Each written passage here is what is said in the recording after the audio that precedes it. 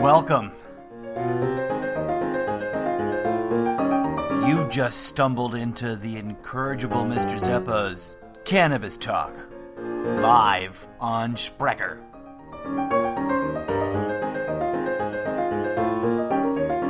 Also available on iTunes, Google Play Music, whatever that's called. I keep changing it, I think.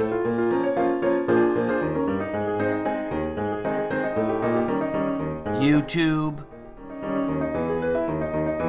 TuneIn, Podcast Republic.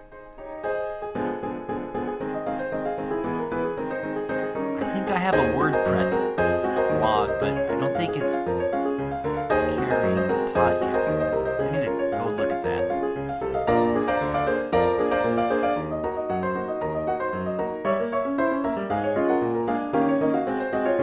This show is made possible by your generous support on my Patreon page. Patreon.com/Mr. Zeppo.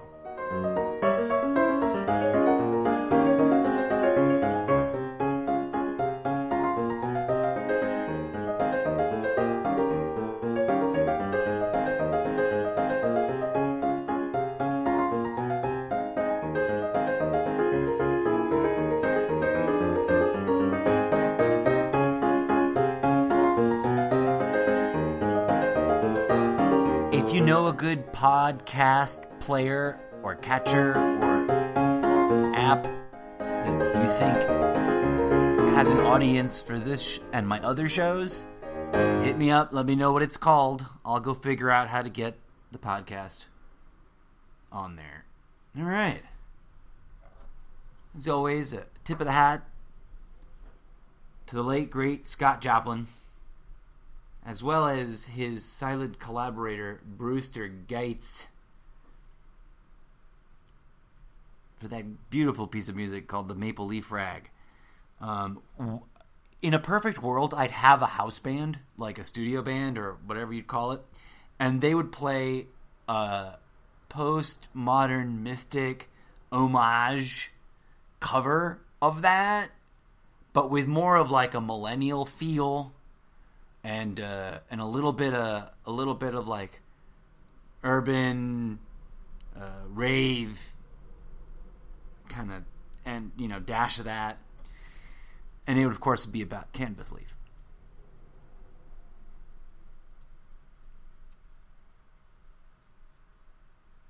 I'll be honest with you, I'm having a genuine stoner moment. Can't remember what I titled this particular episode of the show right now.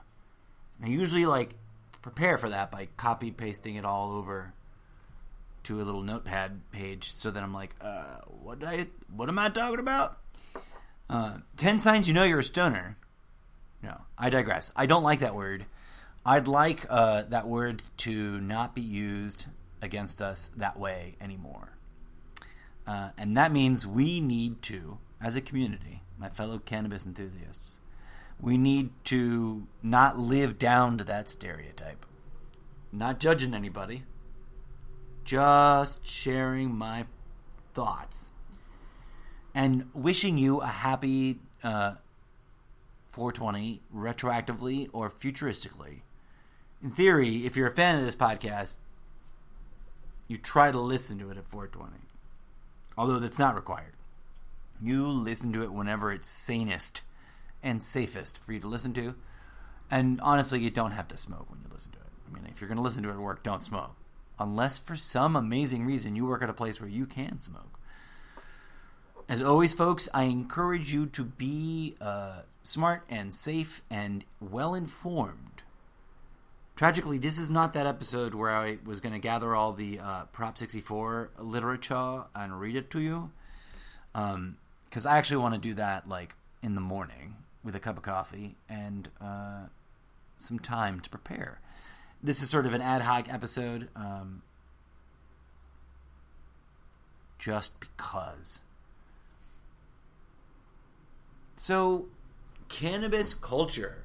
And what does it mean to be a stoner? What does it mean to be a cannabis enthusiast? What does it mean to be a cannabis entrepreneur? one thing I'm fascinated by, which is what triggered me to do this episode despite the late hour, was the trend I'd noticed over the last, say, year and a half, in anticipation of, and then spiking with the voting in of Prop 64, some forward-thinking and well-prepared marketing types had, this interesting blossoming of professional cannabis-related business Instagram accounts. And the same is also similarly true, but I think less prevalent because Facebook is such a broader, deeper, bigger pond overall. And the streams there are different, the way the algorithms work. Not pretending to know how the algorithms work.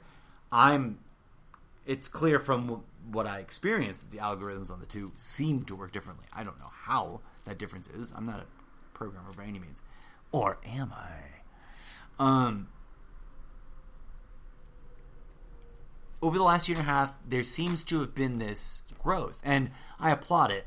But I also say, hey, let's follow that ancient Greek wisdom and question everything.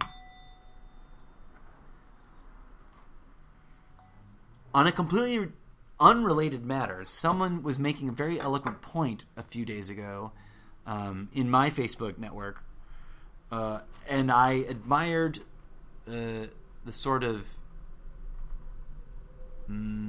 non-divisive way that they presented their concern. Their concern is that how does this apply to cannabis culture? We will get to in just a second. But this individual Facebook connection of mine, I honestly can't remember who it was, but it doesn't matter. It's the middle of the night and I am sleepy.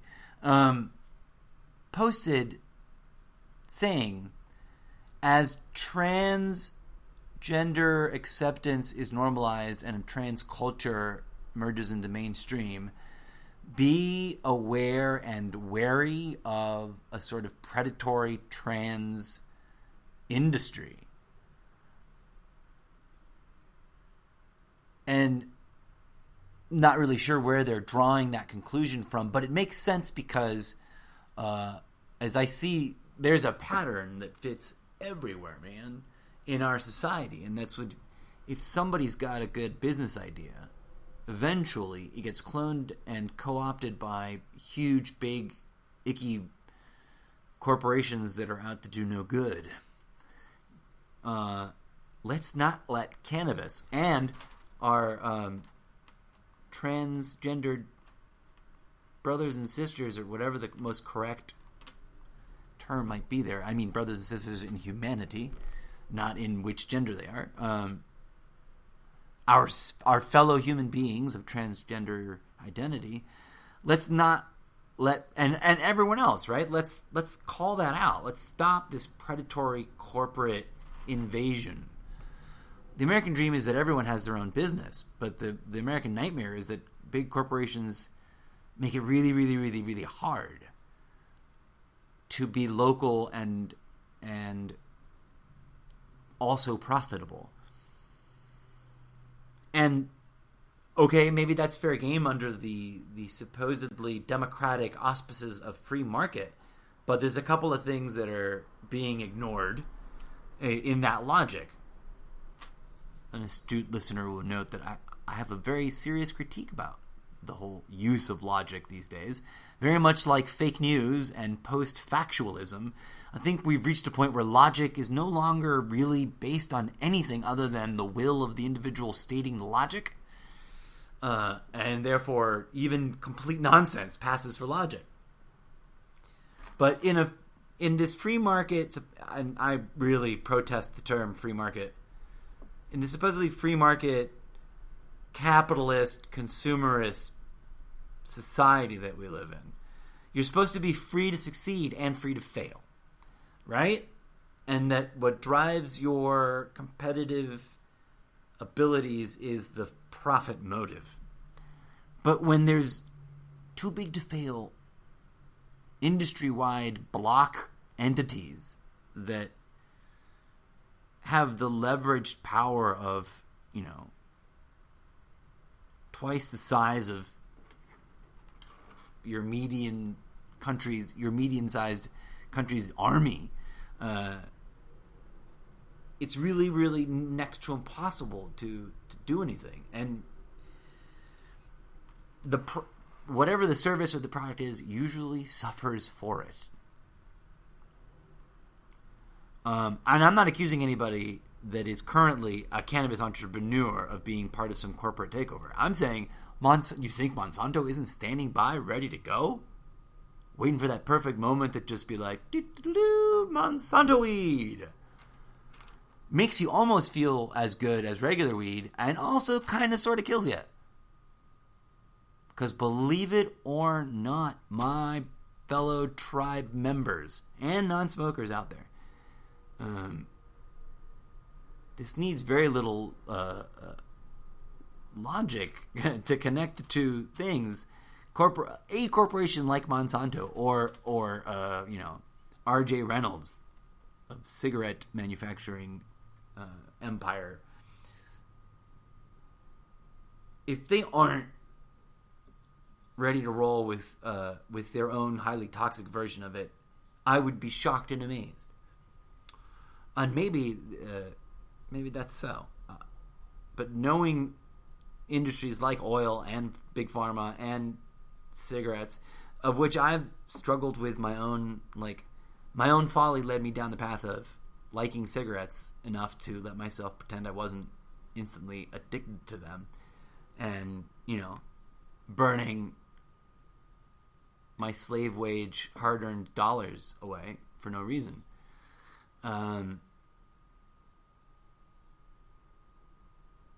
It's up to us, not the marketers, not the free bong people. No offense, free bong people. I don't need a free bong.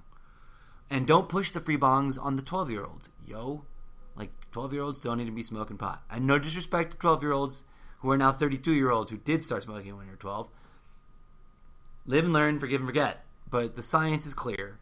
Kids, I'm not trying to be a hypocrite or a bummer. I'm telling you, you'll enjoy weed better and it'll be healthier for you, and you'll suffer less bullshit in the most important critical times of your academic career if you just wait till you're 21, 22, 23 to start smoking, because that's when your brain is ready for it. And I'm not just talking out of my ass. Alcohol, that's a number that's out of their ass. Your body's never ready for alcohol. Alcohol is literally poison that tastes good. And when you get drunk, it's because and when you get wasted and when you black out, it's because your body's going, dude, that's poison. It might taste yummy, but it's poison. This is coming from a man who, for a long time, loved, beer and bars and excuses to drink. And it took me a long time to wake up to it. And it is taking me a long time. Because I don't claim to be 100% free of clear of either yet. But I do think that I'll be really frank with you. Whoever's listening, please forgive me for being this honest. But I know that I was a borderline problematic drinker that, if not for the grace of God, would, or whatever you want to call it, unity of consciousness, the universe, my own mind, those are all inseparable anyways, right? Did I realize that all the rationale aside and all the love for the flavor aside, it literally is, and I've always known, because I used to listen to the MAD campaigns and understand that there's science there behind it, not just disapproval or moral judging. Those two things are toxic. As we now are coming to terms with cannabis as medicine, we need to, like I always like to point out, keep the science straight and clean. And that means taking our voices to the scientists and going, hey scientist bros and scientist sisters, why aren't we doing awesome, legit, clean science on the cannabis? Oh, what's that problem that's always been the problem? There's only one source for scientific cannabis, and that's the federal government, which doesn't let you get at it. Well, guess what? It's recreationally legal here in California. Why don't you just move to California and do your science here? Or in Colorado? Or, for fuck's sake, in Amsterdam, where they don't have that problem. And just do the science. And by the way, if there's people out there doing science on cannabis that I'm not aware of, please forgive me. I'm passionate about more science. I'm not critiquing what little science there is. Because I'm sure there obviously is. One of my favorite science articles, which is already kind of not breaking news, it's a bit out of date, is that cannabis is healthy food. It's like super green food. You know how you go to the market and there's that really expensive bottle of super green juice? God knows what they blend together. I mean, actually, all the vegetarians know. Excuse me. But yeah, like cannabis should be in that. And or better yet, you know, people should be able to grow it in their own backyard like tomatoes and blend their own cannabis smoothies. Because it's apparently amazingly nutritious. Now, I'm not a scientist.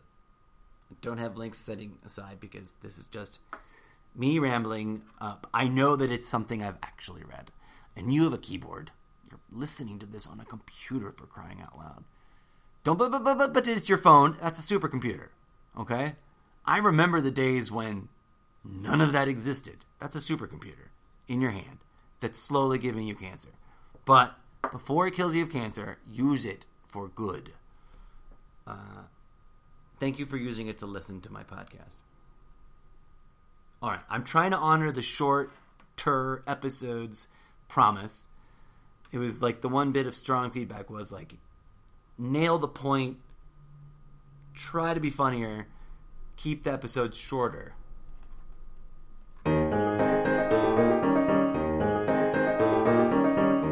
So to that end, my friends, I'm going to thank you for tuning in to Cannabis Talk. I know I just rambled for a bit and divergently went all over the place.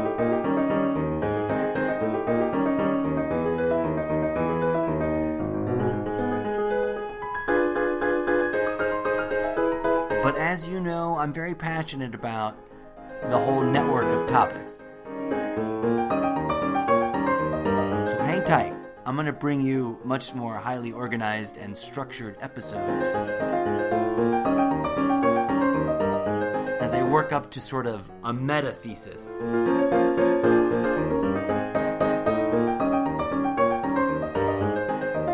Yes, meta-thesis.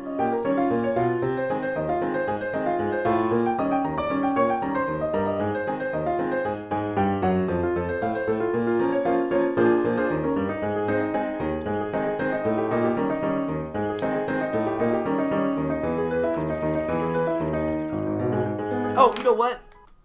No, hang on. I just remembered something that I...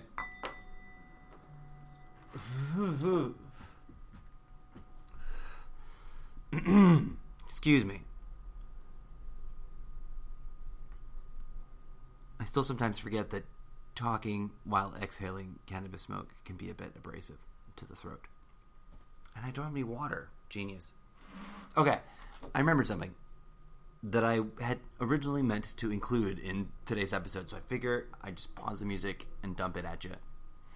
There was a great question that some friend of a friend posted.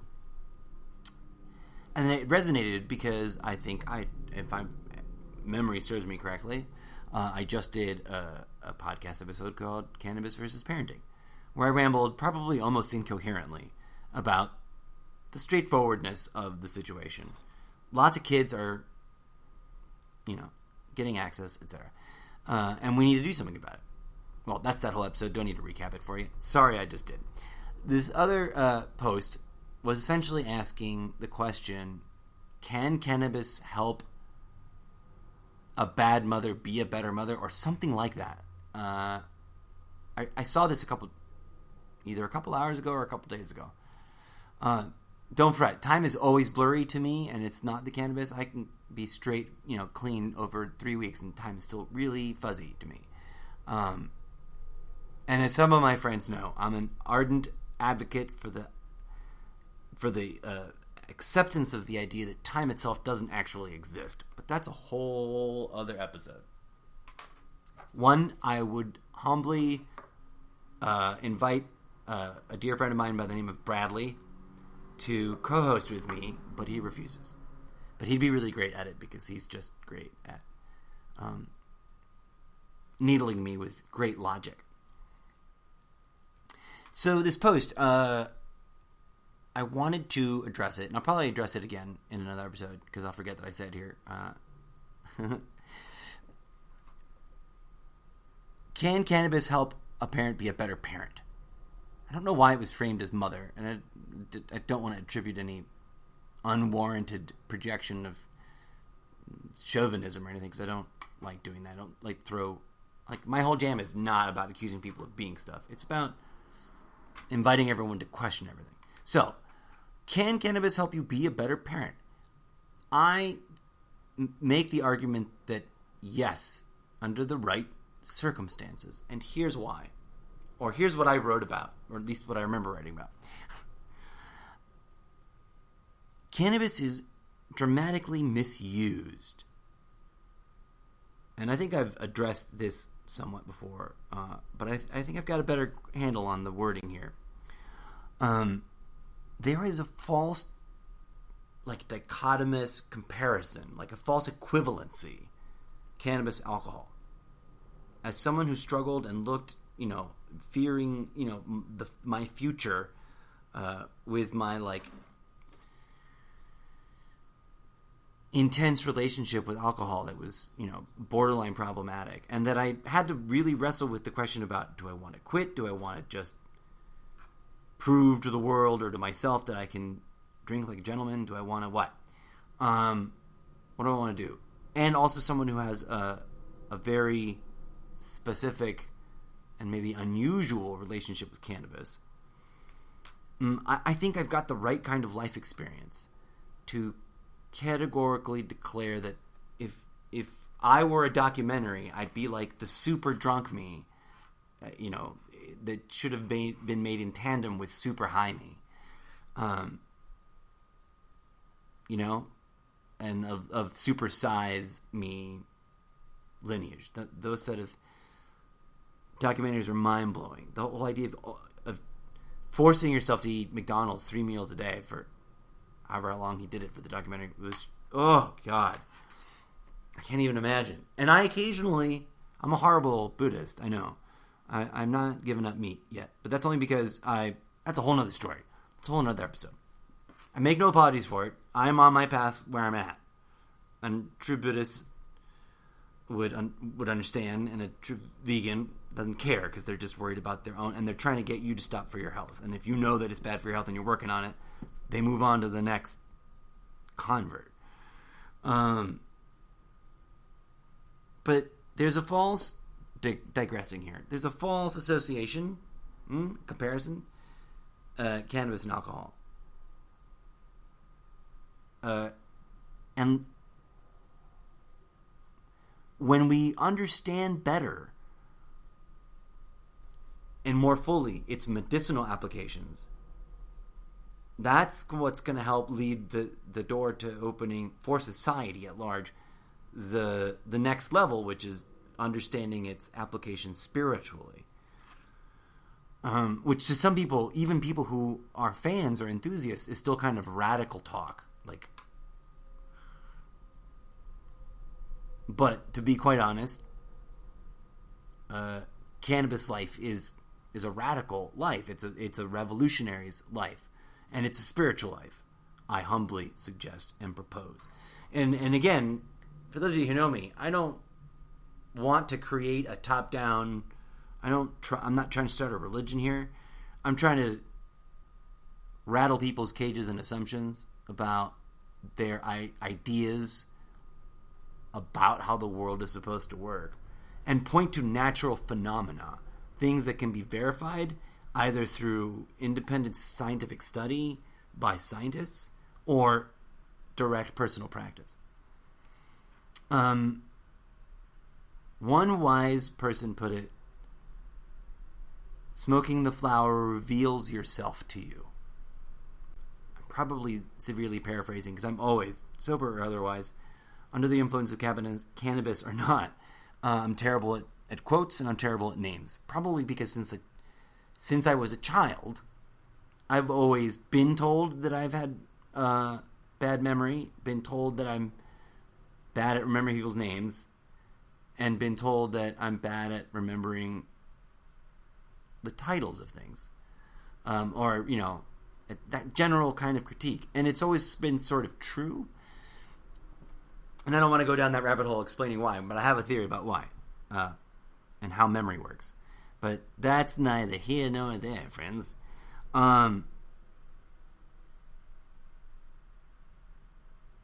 As cannabis enthusiasts, we have voted in the right to smoke cannabis like alcohol. And that's fine. I don't have any moral problem with alcohol.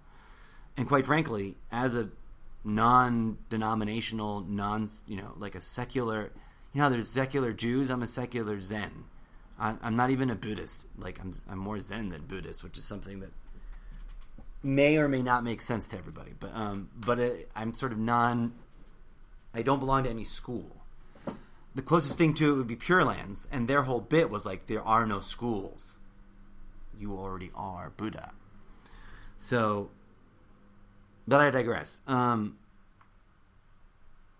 This question that was asked, can cannabis help a person be a better parent, can be answered yes if and when it is not smoked like a party drug, and it is, and its relationship is treated more like a medicine to heal things like anxiety, depression,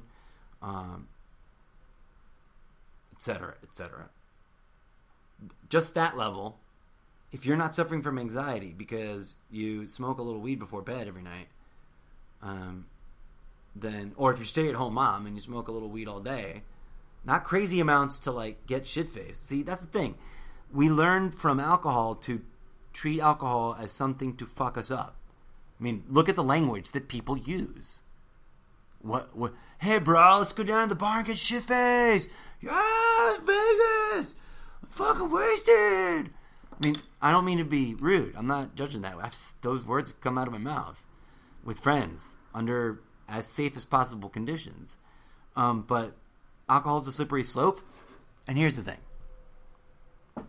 It's an ego trap. Alcohol, the reason it's called liquid courage isn't because it brings out the best in you. It isn't because it brings out the moral, it makes your moral fiber suddenly resilient. It isn't because it makes you deeply conscious. It isn't because it dampens you down, it dumbs you down, and brings out your base urges, which lowers inhibitions. Because base urges override higher order function stuff if given the opportunity. And again, I'm not trying to hate on booze. I live in a gray ground of I'm still transitioning with my relationships to those substances and evaluating what to do about it. And being as honest and transparent as is, correct and right for me as a host of shows, especially one on this topic. I kind of want to do like a drunk history of something because I love that kind of thing and it's marketable. And, I'd love to do the drunk history of drinking. Hilarious podcast, right? But I'm also evaluating my relationship to alcohol very seriously. Like, I kind of wanted to get a beer tonight. Not on the way home. I do not drink out at bars anymore. It's a trap. Not to disparage bars. I can't do that. And it's a delicate thing we tread. But thank God there's Uber and Lyft. Although Uber, get your shit together. To quote Morty, get your shit together, Uber. I don't care if you got to put it in a backpack, take it to the shit store, and sell it. That's a horrible Morty impression. I apologize to you guys. Maybe they are getting their shit together, and if I'm late on that party train, I'm sorry. And also, I'm just kidding. I don't like to talk smack. I'm just rambling. Thanks for listening. This is supposed to be a shorter episode, and it totally wasn't because I remember this thing about this question. So remember, use it wisely. And really explore your relationship to it. It's funny. before I started smoking cannabis, I knew a lot of cannabis enthusiasts. So I can honestly say that I've had an intellectual relationship to the plant for quite some time. Like, and given that, and given the multitude of interesting insights I've been shared by those people, and like insights I've drawn from just hanging out with different types who handle cannabis differently in different ways, like, there's free will in the universe, so that's always there. I mean, there's also like there's an unhealthy way and a healthy way to do just about everything. There, and just some things, like, you can't really say that about cigarettes, and it's really, really difficult to say about alcohol. But there is, like, you can only smoke a few cigarettes ever, and enjoy them as a thing, and not necessarily have to freak out about dying from lung cancer. But if you smoke a pack a day for the rest of your life, like I did for 11 years, it becomes a severely urgent concern that most people just don't deal with, don't think about, don't cope with. But then there's the crazy cynics like me, because I am a little on the cynical side. I'm like, well, if you start to account for Fukushima, which everyone's in denial about, and the 3,000 plus nuclear bombs that our own governments, our own democratic, in the name of our defense governments, have already detonated. Think about it. If we had nuclear war right now with Russia, I don't even think we have 3,000 total devices to go detonate, right? But over the history of it, I think we've almost hitting 4,000 devices that have blown up. Megaton, super huge. There's a whole video about it on YouTube that's very factual. It's put out by the government. Well, which to me, maybe it's all bullshit, right? Who knows? But yeah, digressing. We have to be smart about the culture that we create, that we weave together, and the choices that we make as individuals. And we have to find the sweet spot for our relationship to it. If it's a life-saving medicine, then obviously different rules and different norms can be applied. And if you never have to drive anywhere because you're that well off, or you can afford to employ people or something, then yeah, smoke all day. Just don't let your driver smoke, because it's less safe to drive under the influence than it is to drive not under the influence. For example, I have a day job. I got to commute. I don't smoke before I go to work. Sometimes I'm tempted. You know what I've done? I've developed this neat coping mechanism. Most cannabis enthusiasts know the annoyance of a dirty glass piece. Like, it gets cloggy, right? I don't mean dirty like it's covered in filth. I mean, it resonates a bit because you're filtering out. Thank God. It's one of the great miracles of cannabis. It resonates as it burns, so most of that stuff doesn't have to go into your lungs. And then, if you got a water pipe or something, you're filtering it out with the water, and you got to clean it every so often. I clean my pipe in the morning, and then do like a clear, like, I'm just sucking through it to test that but there's no cannabis in there. And I get the whole, like, it's a ritual, and I get to honor my relationship with cannabis without, smoking right in the first thing in the morning. Not disrespecting people who love to wake and bake. I just know that the way the laws are structured, they're going to try to profiteer on giving us tickets. And just look at the whole series of alcohol treatment related industries, and all side industries that are growing and developing. It's something that we actually openly talk about. For those who don't know yet, I'm currently paying my dues back to society for getting a DUI. So, full transparency. I'm in complete compliance with the law, and at least in my state and in my situation, because I've had a medical card for a long time, I was told and approved that as long as I don't smoke at my program, and don't smoke right before my program, don't smoke before work, and don't smoke before any of the required activities from assigned to me by the court, then I'm permitted to continue to smoke my medicinal medicine at night, because my primary condition was like hard chronic insomnia, Like, my brain broke when I was a young kid, and I can't sleep. And and anxiety that is generated by that insomnia, because then I'm constantly sort of low energy and deprived of rest. And cannabis is the only thing ever. And I know my situation seems laughable, but all the evidence and stuff is out there about the medical applications for cannabis for people with really serious conditions. And there's more research to be done. And like I'm saying, to go full circle, the spiritual applications are, I assure you, something that if you're already a cannabis enthusiast and you haven't ever meditated with cannabis, you don't want to miss out, man. Like, you just don't. Even if you're like, fuck meditation, man, I don't need to meditate. I'm super chill because no, meditate. Meditate long term. It's like they're meant to go together. And gee, that's such a shocker, given that the brain has a endocannabinoid system that, previous to any ingestion of cannabis, manufactures its own THC and CBD. But I digress. I feel I'm getting redundant. I think you get the picture. Thanks for tuning in, guys. As always, I speak to you with much love and respect. I don't mean to criticize, just to poke fun. I'm here to rattle the cage of your ideology. Because, it's a cage. And also to celebrate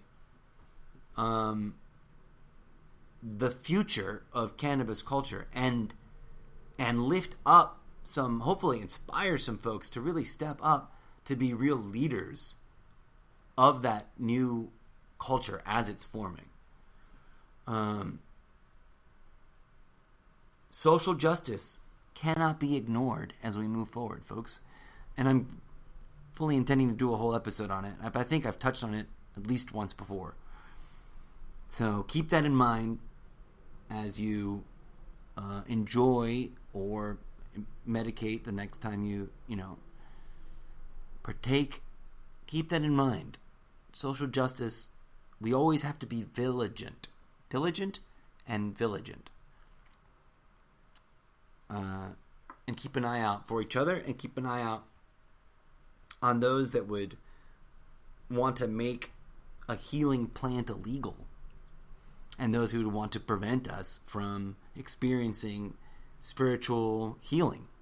It's healing at a physical level. It's healing at a spiritual level. And I say that not in abstract or in theory, but from personal research. Hopefully, as we move forward during the year, I'll be able to get some folks in for some interviews. So if you're listening and if you've got a story to share and you want to talk over Skype and get that story on the air, hit me up. Emails on all my social media. Also, be chill with each other, folks. Just because it's legal doesn't mean that everybody's boss is down. So, be chill. Don't cause anybody static. And also be smart and responsible about your work. It's not hard, folks. Waking and baking is great, but save it for Sundays or whatever the fuck your day off is. Make that day extra special. Make the rest of the days extra safe. Not because I'm being a grizzly bear and yelling at you about it on this stupid podcast. Because it's the right thing to do, my friends. It's the correct and just and safe thing to do, because you got to think about everybody else out there. And we want to create a great culture that empowers good people, not fall victim to a commercialized culture that neglects people's needs.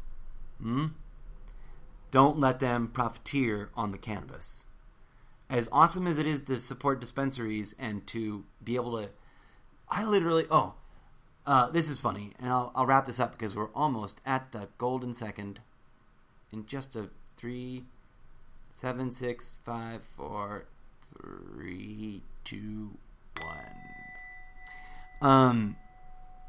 I was a little early on that. I was a bit premature on my 420 ding. I don't even know why I do that. Oh, because ritual. We're all creatures of ritual. I think I've talked about this before, but it's too funny. I got to talk about it again. I walked into a dispensary a few months ago with a friend, and it was like a Nordstrom's. It was like it's out there in Orange County. It was like a Nordstrom's, man. Which is crazy and weird and cool. I'm not hating on it. I mean, I'm anti-consumerism. But I'm not about hate. I'm out to just help people question how we do things. We are the system, folks. We blame society. We are society. So how do we fix it? We got to heal ourselves and each other in order to heal society. Right? And I tell you what, when I was a square, when I was not a cannabis enthusiast, I think I made fun of people who thought this way. I was really the hyper-individualist. It was me against the world because the rest of the world was crazy. And I was sane. But I was also, I'll be quite frank with you, incredibly lucky in that I was drinking more than I ought to at bars in too short of a time than was safe. And managing to, not be a horrible driver on the way home. And there's a lot of people out there. One of the most common sort of aha moments when you're going through a DUI program is going, wow, there must be hundreds of drunk drivers on the road every day.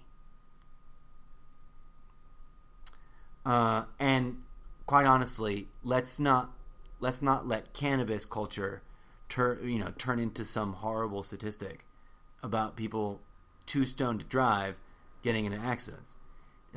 It's just way too easy to avoid. I say that with love, my friends. I know a lot of people are out there like, I can drive and smoke and it's chill. I'm like, maybe, maybe not. But the safest thing for your wallet and your freedom and the safety of others is to just don't do it. And trust me, when you start meditating with cannabis, you start accessing stuff where you realize, I don't even really need the cannabis, man. Because that's the kind of thing. I'll leave you with one bit of spiritual advice, if I may. It's wise, sage wisdom, not original to me or this lifetime. But someone once pointed out that, you don't carry the raft with you on the rest of your journey. The one that you just used to cross the river. You leave it there. Tie it up. Because you'll need it there when you get back. And it's too heavy to carry up the mountain. Well, all things in this universe are here to teach us a lesson. And they don't leave you until that lesson's learned. And they don't need to be clung to once that lesson is activated. So what we need to do is really listen to the flower and see what the lessons are she wants to teach us. Peace out, my friends. Spread the love, spread the joy, keep it safe, keep it sane. Be good humans. And spread the word. Uncle Zeppo wants to reach the mainstream. Uncle Zeppo wants to be on primetime TV in 6.5 years. In order to do that, I need your help, my tribe. Peace, yo.